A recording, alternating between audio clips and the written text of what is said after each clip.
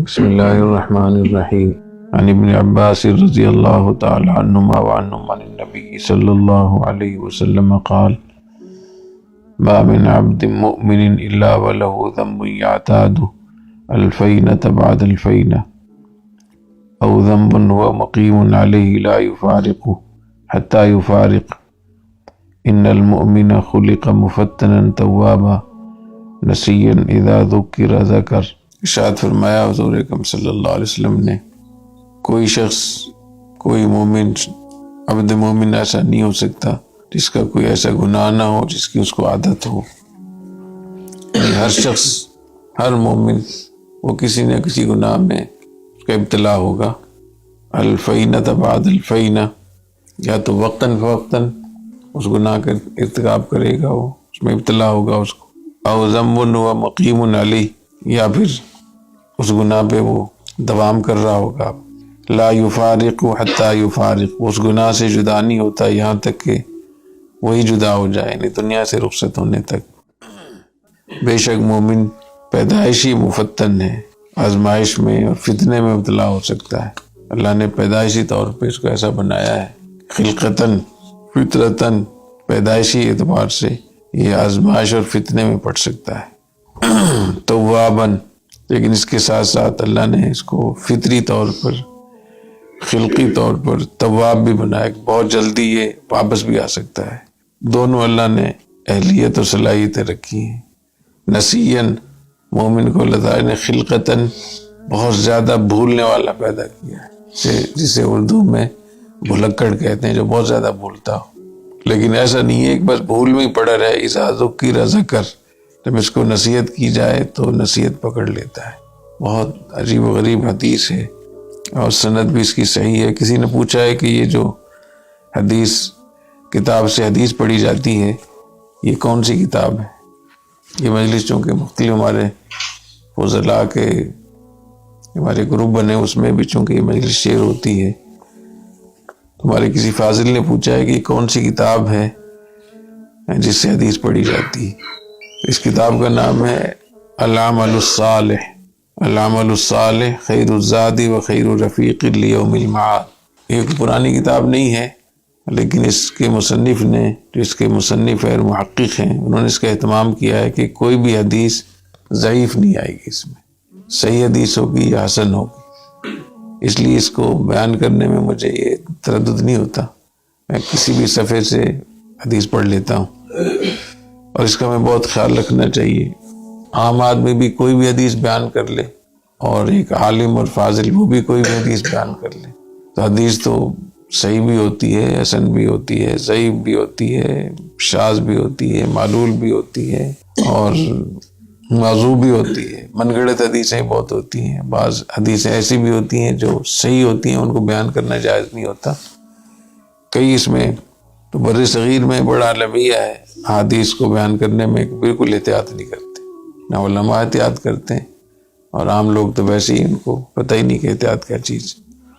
تو اس حدیث شریف میں یہ بتایا گیا ہے کہ کوئی مومن ایسا نہیں ہو سکتا جو کسی گناہ میں مبتلا نہ ہو، یا اس کی گناہ میں ابتلا وقتاً فوقتاً ہوگا، یا پھر اس گناہ کے پر باقاعدہ وہ مبتلا ہوگا، اس میں اس کو کرتا رہے گا دوام کے ساتھ۔ اس میں دو چیزیں، ایک تو یہ کہ ہر شخص کو اپنا محاسبہ احتساب کرنا چاہیے، گناہوں سے توبہ فرض ہے، ضروری ہے۔ انسان دیکھے کہ کوئی نہ کوئی ایسا گناہ ہوگا جس کو اس سے توبہ کرنے کی توفیق ہو جائے گی، احتساب ہو جائے گا اپنا۔ دوسرے کی مایوسی نہیں ہوتی، کبھی گناہ میں ابتلا ہو گیا تو مایوس ہو کر بیٹھ جائیں۔ تو ہر عبد مومن کہ اللہ نے یہ بیان کیا ہے کہ وہ کسی نہ کسی گناہ میں ابتلا اس کا ہو سکتا ہے، تو اس لیے گناہوں کی وجہ سے نیکیاں چھوڑ دیں، کام چھوڑ دیں، چلنا چھوڑ دیں، یہ غلط ہے۔ پھر ارشاد فرمایا کہ مومن کو اللہ تعالیٰ نے خلقتاً، فطرتاً، ان کے اندر چار صفات رکھی۔ ایک یہ کہ وہ بہت جلدی فتنے میں مبتلا ہو سکتا ہے، آزمائش میں پڑ سکتا ہے، چاہے وہ مال کا فتنہ ہو، جاہ کا فتنہ ہو، شہوت کا فتنہ ہو، نفسانیت کا فتنہ ہو۔ اس لیے کسی کو یہ نہیں سوچنا چاہیے کہ میں تو بہت بڑھ گیا ہوں، اب مجھے کوئی خطرہ نہیں۔ جو چیز خلقتاً ہوتی ہے، فطرتاً ہوتی ہے، اس میں بہت جلدی ابتلا ہوتا ہے۔ تو اپنے اوپر بھروسہ کر لینا، عجب میں مبتلا ہو جانا، نیکیوں پہ گھمنڈ کرنا، نیکیوں پہ توکل کرنا بہت غلط ہے۔ اس کے ساتھ ساتھ اللہ تعالیٰ نے ایک اور خلقتاً اللہ نے مومن کے اندر یہ صفت رکھی ہے کہ وہ بہت زیادہ رجوع کرنے والا بھی، فتنے میں مبتلا ہو جاتا ہے لیکن توبہ کرنے والا بھی بہت ہوتا ہے۔ جیسے ہمارے ہاں پروگرام ہوتے ہیں نا کمپیوٹر وغیرہ میں، تو جو سافٹ ویئر اس میں ڈال دیا، جو پروگرام اس میں ڈال دیا تو اس میں ہو سکتا ہے، تو اللہ تعالیٰ نے ہمارے مومن کی اس میں کمپیوٹر میں اللہ تعالیٰ نے چیزیں ڈال دی ہیں کہ بہت جلدی توبہ کر سکتا ہے، رجوع کر سکتا ہے۔ نسیاً، تیسری صفت یہ ہے کہ وہ بہت زیادہ بھولنے والا ہے، بھول بہت زیادہ ہوتی ہے، لیکن اذا ذکر ذکر، جب اس کو نصیحت کی جائے تو وہ ٹھیک بھی ہو جاتا ہے۔ اس سے معلوم ہوا کہ نفس و شیطان سے لڑائی جاری رہنی چاہیے اور کبھی بھی ہمت نہیں ہارنا چاہیے۔ اللہ تعالیٰ نے جہاں امتحان اور آزمائش کے لیے رکھا ہے کہ ہم گناہ میں ابتلا ہمارا ہو سکتا ہے، نقصان کی چیزوں کی طرف ہم رجحان ہو سکتا ہے، تو ایسے اللہ تعالیٰ نے نیکیوں کے لیے بھی آسانیاں اتنی پیدا فرمائی۔ اگر بھول اللہ نے پیدائشی طور پر رکھی ہے انسان کے اندر، تو یہ بھی ساتھ میں رکھا ہے کہ وہ نصیحت پکڑ لیتا ہے، جب اس کو یاد کوئی دلایا جائے، کوئی تذکیر کرے، کوئی نصیحت کرے۔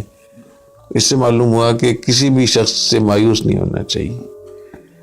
اللہ تعالیٰ نے اس کو فطرتاً، خلقتاً ایسا رکھا ہے کہ اگر آپ اس کو نصیحت کریں گے تو وہ نصیحت پکڑ لے گا۔ تو ہمیشہ نصیحت کرنے کا اہتمام کرنا چاہیے، اپنے آپ کو بھی نصیحت کرنی چاہیے اور دوسرے لوگوں کو بھی، اور توبہ استغفار کا بھی اہتمام کرنا چاہیے۔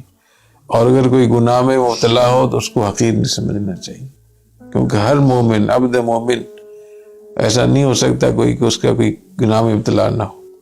تو آپ بھی مبتلا ہیں، وہی مبتلا ہے، اس کا گناہ آپ کے لیے مضر نہیں، آپ کا چھوٹا گناہ آپ کو نقصان دے۔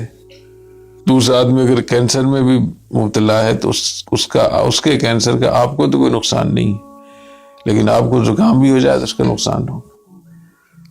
اس لیے حدیث شریف کو بہت سامنے رکھنا چاہیے اور اپنی ہمت بلند رکھنی چاہیے۔ سبحانک اللہم و بحمدک، اشہد ان لا الہ الا انت، استغفرک و اتوب الیک۔